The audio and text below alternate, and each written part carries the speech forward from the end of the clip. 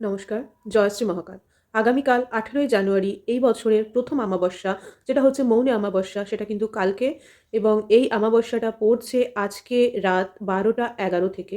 ততক্ষণ পর্যন্ত কৃষ্ণ চতুর্দশী থাকবে এবং এই আমাবস্যা শেষ হবে ১৯শে জানুয়ারি দুপুর ১টা ২১-এ। এই আমাবস্যার পরেই কিন্তু আমাদের গুপ্ত নবরাত্রি শুরু হবে।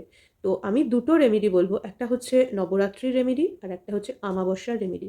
যেহেতু এটা বছরের প্রথম আমাবস্যা, এই আমাবস্যাতে একটা জিনিস তোমরা অবশ্যই বন্ধুরা করবে। কাঁচা দুধের সাথে কালো তিল সহযোগে মহাদেবের অভিষেক করবে কালকের দিনে। আর যেহেতু এটা মৌনী অমাবস্যা, এই দিন অন্তত ৩ ঘন্টা, সারাদিনের মধ্যে অন্তত ৩ ঘন্টা তোমরা চুপ থাকার চেষ্টা করবে, কথা বলবে না। এই দিনকে তোমরা যত বেশি ধ্যান করবে, মানুষের সাথে যত কম কথা বলবে কালকের দিনে, তত তোমাদের জীবনে সমৃদ্ধি আসবে। আমি জানি এই টাইমে অনেকের অর্থকষ্ট চলছে। অনেকের এই সময় অবস্থা এমনই যে টাকা পয়সা হাতে থাকছে না বা টাকা পয়সা আসছেও না। তো তাদেরকে বলছি, লাইফে একটা চেঞ্জ দেখতে চাইলে কালকের দিনে কিছু করো না করো, অন্তত চুপচাপ ৩ ঘন্টা বসে ধ্যান করো। মেডিটেশনটা করো। যদি কিছু না করতে পারো, অযথা মানুষের সাথে তর্কে জড়াবে না এবং ঝগড়াঝাটি এড়িয়ে চলবে। অবশ্যই কালকের দিনটা নিরামিষ খাবে যেহেতু অমাবস্যা।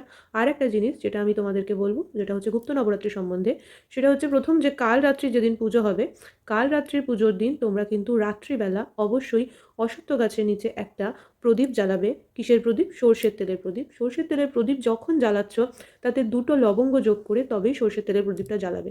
যদি রাতের বেলা অশ্বত্থ গাছের নিচে না দিতে পারো প্রদীপ, তাহলে নিজেদের বাড়িতেই সদর দরজার পাশেই প্রদীপটা জ্বালাবে এবং তোমার জীবনে যা যা তুমি সমৃদ্ধি আশা করছো বা চাইছো, সেটা কিন্তু ইউনিভার্সের কাছে, মহাকালের কাছে ম্যানিফেস্ট করবে বা তোমাদের আরাধ্য যে দেবতা তার কাছে ম্যানিফেস্ট করবে, তার কাছে প্রার্থনা করবে।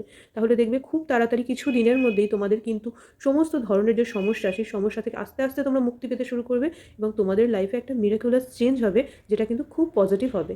এবং অবশ্যই সাথে থেকো। জয়শ্রী মহাকাল।